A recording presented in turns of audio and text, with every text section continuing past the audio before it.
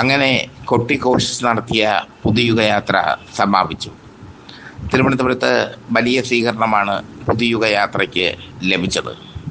വമ്പിച്ച സ്വീകരണം എന്ന് വേണമെങ്കിൽ പറയാം. UDF പ്രവർത്തകർ ഒറ്റക്കെട്ടായി പുതുയുഗയാത്രയിൽ പങ്കെടുത്തു. മുസ്ലിം ലീഗും RSPയും കേരള കോൺഗ്രസ് ജോസഫ് വിഭാഗവും എല്ലാവരും സജീവമായി തന്നെ പുതുയുഗയാത്രയിൽ നിറഞ്ഞു നിന്നു.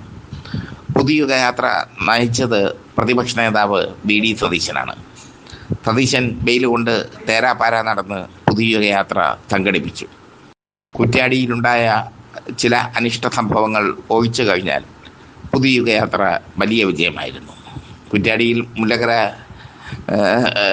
രാമചന്ദ്രനെ ചവിട്ടി താഴെയിട്ടതൊക്കെ മുല്ലപ്പള്ളി രാമചന്ദ്രനെ ചവിട്ടി താഴെയിട്ടതൊക്കെ വലിയ വാർത്തയായി മാറിയെങ്കിലും പൊതുവെ പുതുയുഗയാത്ര വലിയ വിജയമായിരുന്നു. രാഹുൽ ഗാന്ധി പുതുയുഗയാത്രയിൽ പലവിധത്തിലുള്ള പ്രഖ്യാപനങ്ങളും നടത്തി പോയി. സതീശൻ മുഖ്യമന്ത്രിയാകാനുള്ള മുന്നോടിയായിട്ടാണ് പുതുയുഗയാത്ര നടത്തിയതെന്ന് കോൺഗ്രസിൻ്റെ ഒരു വിഭാഗം സതീശൻ വിഭാഗം കരുതുന്നു. അതിനുവേണ്ടിയുള്ള യാത്രയാണ് പുതുയുഗയാത്ര എന്ന് കോൺഗ്രസ്സുകാർ വിശ്വസിക്കുമ്പോൾ, മറുവശത്ത് രമേശ് ചെന്നിത്തല കരുക്കൾ നീക്കുന്നു. മണ്ണും ചാരി നിൽക്കുന്ന രമേശ് ചെന്നിത്തല പെണ്ണും കൊണ്ടുപോകുന്ന അവസ്ഥയിലേക്ക് എത്തി നിൽക്കുന്നു. ഇപ്പോൾ സതീശൻ പുതുയുഗയാത്ര നടത്തിയപ്പോൾ രമേശ് ചെന്നിത്തല NSS ആസ്ഥാനത്തായിരുന്നു. സതീശൻ പുതുയുഗയാത്ര നടത്തിയപ്പോൾ രമേശ് ചെന്നിത്തല സഭാ നേതാക്കളുമായി ചർച്ച നടത്തുകയായിരുന്നു.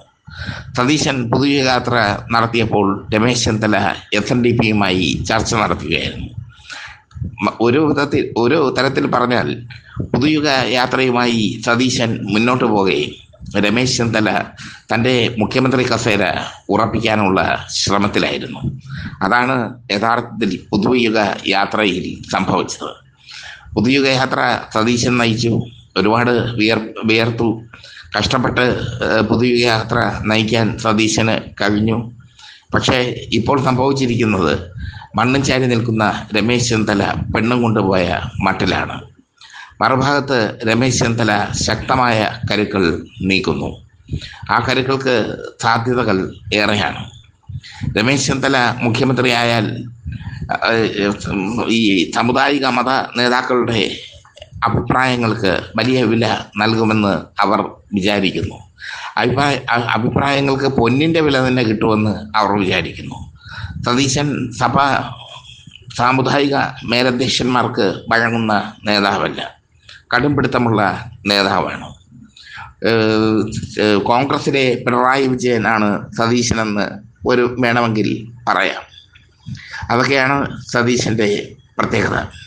എന്തായാലും സതീശനെ മുഖ്യമന്ത്രിയാക്കരുതെന്ന് വിചാരിക്കുന്ന ഒരു വിഭാഗം നേതാക്കൾ കോൺഗ്രസിൽ ഉണ്ട്. അവർ രമേശ് ചെന്നിത്തലയ്ക്ക് വേണ്ടി വാദിക്കുന്നു. KC വേണുഗോപാലിനെ കെട്ടിയിറക്കാൻ അവർ താല്പര്യപ്പെടുന്നില്ല. രമേശ് ചെന്നിത്തല അടിത്തട്ടിലൂടെ പണി തുടങ്ങിക്കഴിഞ്ഞു. മുഖ്യമന്ത്രിയാകാനുള്ള എല്ലാ സാധ്യതകളും തേടിയിരിക്കുകയാണ് രമേശ് ചെന്നിത്തല. ഇവിടെയാണ് സതീശന് തിരിച്ചടി ലഭിക്കുന്നത്. തിരിച്ചടി എന്ന് വെച്ചാൽ വളരെ ശക്തമായ തിരിച്ചടി. ആ തിരിച്ചടി സതീശന് താങ്ങാനാകുമെന്ന് തോന്നുന്നില്ല. കാരണം വിറക് വെട്ടി വെള്ളം കോരി അവസാനം വെള്ളം കോരിയ കുട കൊണ്ടുപോയത് രമേശ് ചെന്നിത്തല. ഇത്തരമൊരവസ്ഥയിലാണ് സതീശൻ എത്തി നിൽക്കുന്നത്. പുതുയുഗ യാത്ര കഴിഞ്ഞു. ഇനി അങ്ങോട്ട് അധികാര വടംവലികളുടെ യാത്രയായിരിക്കും നടക്കുന്നത്. ആ യാത്ര വലിയ കോളിളക്കങ്ങൾ സൃഷ്ടിക്കും എന്നുള്ളത് ഉറപ്പാണ്. എന്തായാലും സതീശൻ പുതുയുഗ യാത്ര വിജയിച്ചു. രാഹുൽ ഗാന്ധി എത്തി. വാഗ്ദാനങ്ങൾ, നടക്കാത്ത വാഗ്ദാനങ്ങൾ ജനങ്ങൾക്ക് നൽകി. അങ്ങനെ ഹർഷാരവത്തോടെ കോൺഗ്രസ് പ്രവർത്തകർ പുതുയുഗ യാത്രയുടെ അവസാനത്തിന് തിരുവനന്തപുരത്ത് സാക്ഷ്യം വഹിച്ചു. പുതുയുഗ യാത്ര കോൺഗ്രസിൻ്റെ നവയുഗയാത്രയായി മാറി.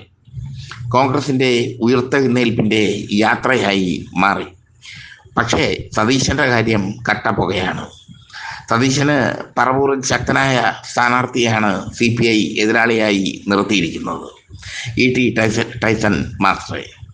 രമേശ് ചെന്നിത്തലയ്ക്ക് അത്ര ശക്തനായ ഒരു എതിരാളിയെ നിർത്തിയിട്ടില്ല CPI എന്നതും ശ്രദ്ധേയം.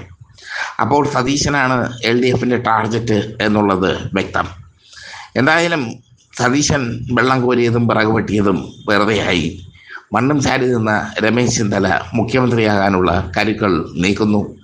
അതിനുവേണ്ടി മതസാമുദായിക നേതാക്കളെ കണ്ട് പിന്തുണ ഉറപ്പിച്ചു കഴിഞ്ഞു രമേശ് ചെന്നിത്തല.